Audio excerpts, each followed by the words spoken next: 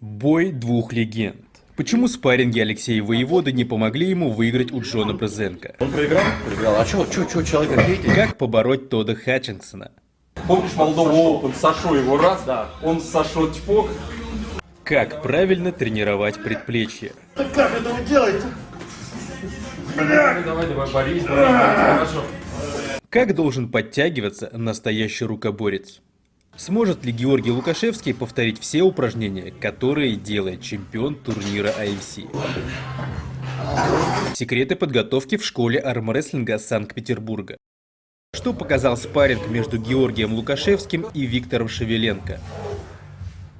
Спонсор выпуска — компания «Сила Руков». Продукция, которой уже давно пользуются именитые спортсмены. Огромный ассортимент товара. Резиновые петли, тренажеры для рук и предплечий, расширители грифа, большой выбор эспандеров и, конечно же, ручки для армрестлинга под любые задачи.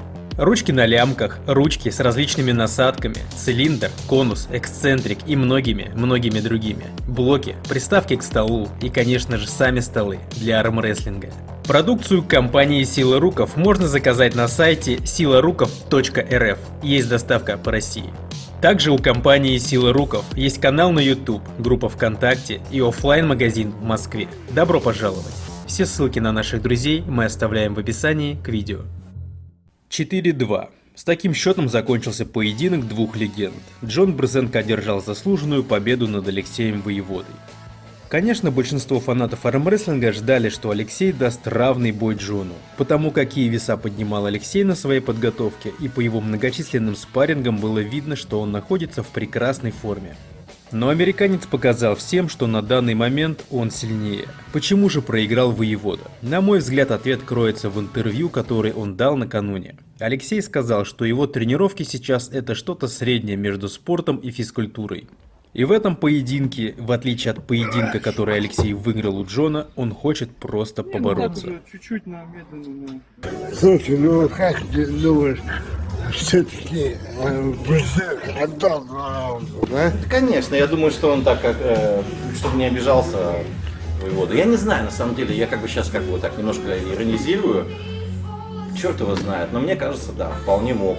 Я же даже тебе сказал, что болею я за Джона, чисто. Но мне он импонирует очень. Именно тем, что столько лет человеку, и он не то чтобы начал 10 лет назад заниматься, а что он, когда мы вообще пешком по стол ходили. Хотя говорили, у него много травм, он не вылезет. У него только плечо, операция, насколько я знаю, и что-то было с локтем. Не так уж и много травм. Велик перебить там угодно. Друзья, мы с супругой скоро планируем участвовать в Кубке Урала, и поэтому я решил поехать в школу армрестлинга Санкт-Петербурга с целью подсмотреть для себя и, конечно же, для вас, мои дорогие зрители, секретные упражнения от мастеров армрестлинга. Одним днем мне ехать уже тяжело, в силу возраста и здоровья, и поэтому мне нужно было где-то остановиться, чтобы передохнуть денек от съемок. Выбор пал на отель Хюгге на озере, потому что, во-первых, стоимость отеля с учетом всех условий небольшая. К примеру, если бы я снял квартиру на сутки, мне обошлось бы намного дороже, а во-вторых, отель находится в живописном месте на берегу озера. А самое крутое, лично для меня, что здесь есть собственный бассейн с подогревом на открытом воздухе. Не секрет, что не во всех отелях жалуют людей с инвалидностью, но этот отель является исключением из правил. Увидев мои проблемы со здоровьем, персонал всячески помогал мне во всем. Если кому интересно, где находится отель, ссылку на него я оставлю в описании к видео. Ну что ж, а мы едем в зал в гости к Виктору Шевеленко. Для тех, кто живет в городе на Неве и хочет заниматься армрестлингом, но еще не решил, куда ему пойти, вам точно нужно идти познавать науку борьбы на руках в школу армрестлинга Санкт-Петербурга. Все ссылки на школу мы оставим в описании к видео. Ну ничего. Аккуратно. Он так идет, немножко не страшно. Да не, Глеб. Тут мертвое место. Нет. Не надо. Не убивайся, Глеб. Не знаю, у меня так повелось, я в понедельник делаю отведение лучевую пронатом, а в среду обязательно делаю упражнения, чтобы кровь разогнать. То же самое в среду делаю жим и кисти, а в пятницу работаю на валиках сначала, чтобы на лямках, чтобы опять разогнать. То есть у меня каждую следующую тренировку забивающие упражнения на основное предыдущее. И это через день. Да. То есть, ну, не каждый, если каждый день не тренируешься. Нет, ты чё? Даже при подготовке. Сколько мне лет? Я каждый день пробовал тренироваться. Я это самое... Каждый день 3 раза в день, блядь. Нет, Как он рассказывает. я знаю, что казахи тренируются 4 раза в неделю плюс день борьбы. Вот этот самый Нифонтов или как его? Это Навал. каждую неделю-то. Да. Но, понимаешь, здесь можно так тренироваться. Я когда был помоложе, практиковал. Ты можешь себе позволить так тренироваться. Не то. Нет, можно. Понятно. Но Как ресурс, у да, каждого свой не ресурс. в нашей ситуации. Просто это, кривой я весь, видишь, из-за этих травм боюсь. Нет стабилизации, мышцы не работают как надо. Я на камере жму обычно. Ну, Ага. сел, пожал, чуть-чуть. Ты где 60? А? 60? Нет, оставляй. 50. Да. Ты на 8 сделал? На 6. А, на 6, можно на 6. Можно на 6. Нет, 6 сотку на 400, 10 посмотрим. Бля, ты так кузьми еще берешься, да? А, я так, кстати.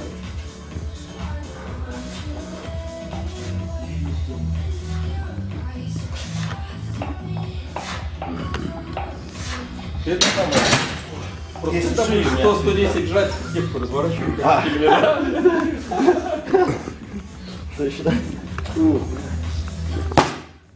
Или можешь попробовать 100 на 4 и 120 на раз. Я просто, видишь, думаю, оставить силы себе для кистей. Или сегодня лучше жим поработать побольше. Вроде грудак тоже перестал болеть и плечо. У меня, блядь, после АМС разваливалось все. То есть кисть, локтевой, плечо. Я сейчас начинаю жать и чувствую, что побаливало. И те люди, которые жали 300 плюс в этом зале, они всегда разминаются с пустым грифом. Виталий Калмыков, когда сюда ходить начинал, он начинал туда ходить в начале 2000-х, даже в 90-х годах. Вот кто ж 200 не жал, тренировались в том зале, понимаешь?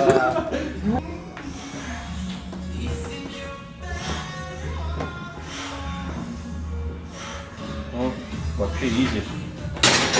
Изи мани, как говорится. И А у тебя вес какой сейчас?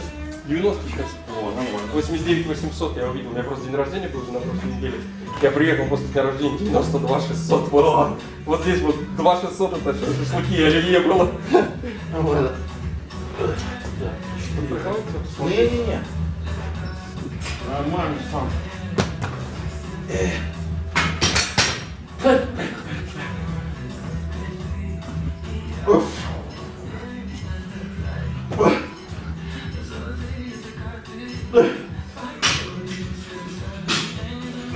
Еле-еле. Когда смотрю, как кто-то делает сотку на разминку, только свою 20 раз. Здесь не важно, как ты делаешь кисть. Вопрос, что если ты делаешь кисть так и так, да, то есть и в прогиб из пальцев, и из прямых, это эффект дает больше, чем что-либо одно, понимаешь? Ну что, давай попробуем. Да я когда на МС готовился, это доходило до того, что я, все это делаю и в перерывах еще вешаю жгуты, и шею делаю, потому что дергаешься, там сумасшедшие нагрузки. Да. Приходится Я вот сюда, да. Я ремень обычно одеваю, который кимоно. Этот самый резиновый ремень. Вот есть школа наша, есть школа срединская, есть школа казахская, а есть школа старая американская. Вот они в своей старой американской школе непонятно как тренируются, но за счет колоссального Ножа вот это. опыта в борьбе, вот Хатчинс что делает? Набарано. Хатчинс, наоборот, он укрепляет свои сильные стороны, но заметь, вот он вот здесь просто мощь. Но Макеев со старта его выиграл, да. Бабаев со старта его выиграл, Кадыргали сейчас, не знаю, тоже может продержать. То есть он Что же было сейчас в последнем анфайте? Там не было стартового движения такого? Нет, у него был стартовый движение, куда шел надо, всего. да. Я понял. Хатчинс, ты помнишь, кстати, что как раз Хатчинс вот здесь кому-то проиграл? Нет. С ним никто сюда просто не борется. Помнишь Молдова Open, Сашо его раз, Да. он с Сашо тьпок. Было Вот. дело, да, Его Хатчинса выигрывают только верховики, причем быстрые. Потому что в крюк, ну кто с ним туда полезет? С ним можно побороться. Ну вот Сагов попробовал. Может Богослов попробовать. А тот же Хаджи не стал с ним бороться. Он прошел он прям сюда и готовил, все. По обезьяне? Не, фраерок. Давай, первый подход с пальцем. Куда я попал? Второй в прогиб, будем дальше. А мне больно так делать? Вот ко мне тоже приходят люди и ноют, что им больно. Тебя, вот видишь, ты не разрабатываешь подвижность руки. Из-за этого у тебя кисть вот сюда чуть подзагнулась, а дальше не работает. Мы сегодня будем вторым упражнением. Давай, амплитуд не работает, все. А когда нету, Да уже нормально. какая мерзость. Давай, слайд, трудись. Я вот так гораздо больше Ну, сил. конечно, только Я так, просто могу, 200. только так толку. Почему? Но все равно же сгибатель кисти работает. Согласен. Но я делаю обезьяний хват только когда я делаю Аполлон. Да. А сегодня, может, решительным поделаем? Не-не-не. 40, в принципе, залетели легко.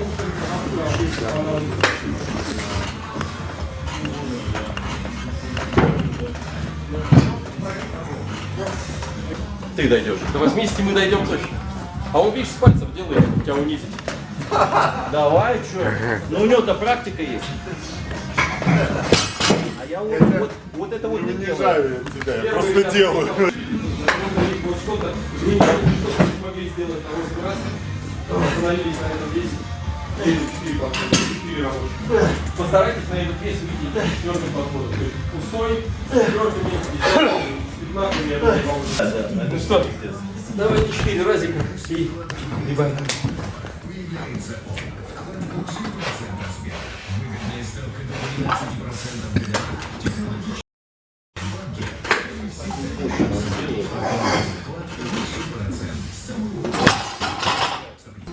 Давай. Блин! Так как это вы делаете? Давай, борись, хорошо. Я тебе помогу. Еще. А теперь напрямик, подержи в конце, просто подержи. Это все равно твой последний подход. Это тебе кажется. Все, поставляй. Оп. Оп.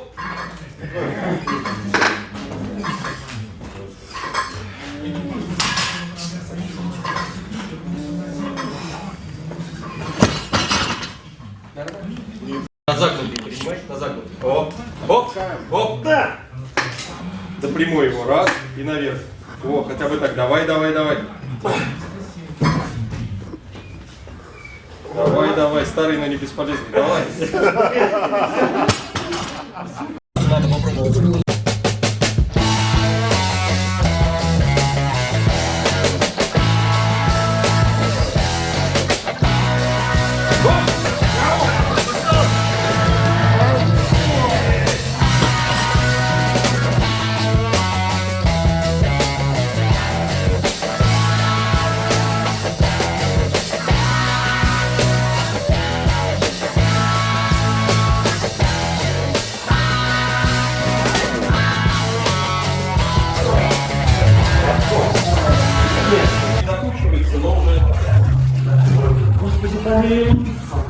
Учитывая, что это с моей подготовки первый раз, когда я пробую делать это упражнение.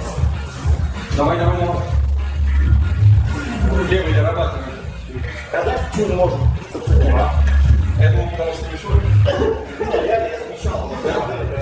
У меня это прям ровно идет, а это вот здесь нет. Ты же у меня запинаться не можешь. Я даже лица беру, тут было, Иди, я дозирую. Ты понимаешь, да, то есть у тебя первое, чувак, когда ты верхом борешься, вот пошел, все, у тебя нету движений база, там каких-то еще перехват. Ты там все, ты не гулял, мало ли вдруг ты вот здесь касался и начинаешь относительно этого места, что ты думаешь дальше, там спиной. Сюда не могу. О, это я понял. Крайне, когда ты уже перестроился фиксом. Но изначально вот ты стоял, все, не миллиметр собрался, да. начал стоять в одну сторону. Да, кисть подтянул, грудь подтянул, вот собрался, весь пошел. А я имею в виду, просто я тебя попровожаю. Хотя да, наверное, как-то, ну постой, может, со мной это не Да. Вот сейчас давай, лево-право, вот это движение. Да, вот это вот, лево-право движение. Нет, здесь вроде нет. Нормально. Против верховика.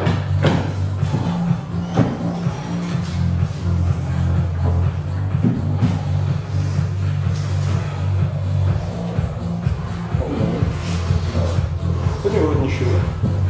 Побаливает, но... Я имею в виду, от этого движения. То есть внутрь не больно. Ну, пока я не делаю вот сюда движение, вроде нормально. Пронацию. Имеется в виду не твоя задача идти за все, твоя задача открывать, стягивать, а моя задача тоже открывать пальцы и кисти после нашей тренировки.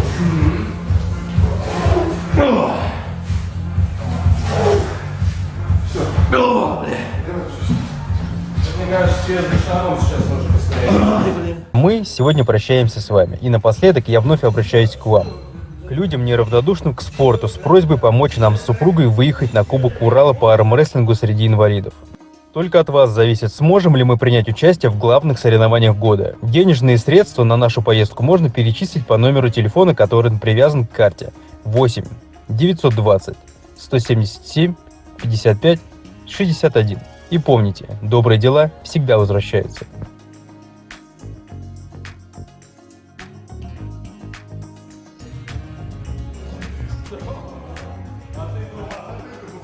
На этом все, друзья. Но надолго мы с вами не прощаемся. Вас скоро ждут новые выпуски с новыми историями и героями. Поэтому подписывайтесь на канал, ставьте лайк, если понравился ролик, пишите свое мнение в комментариях. Мы все читаем, и нам важно ваше мнение. И обязательно поделитесь этим видео у себя на страничке в социальных сетях. Для вас работал чемпион мира по пара-армрестлингу Зинятуллин Руслан. Текст читал Берсеркер, Курбанов Эрик. Автор и режиссер канала Зинятуллин Руслан. Не трогай нас! Слышишь? Не трогай нас, иди снимай! Кто пришел?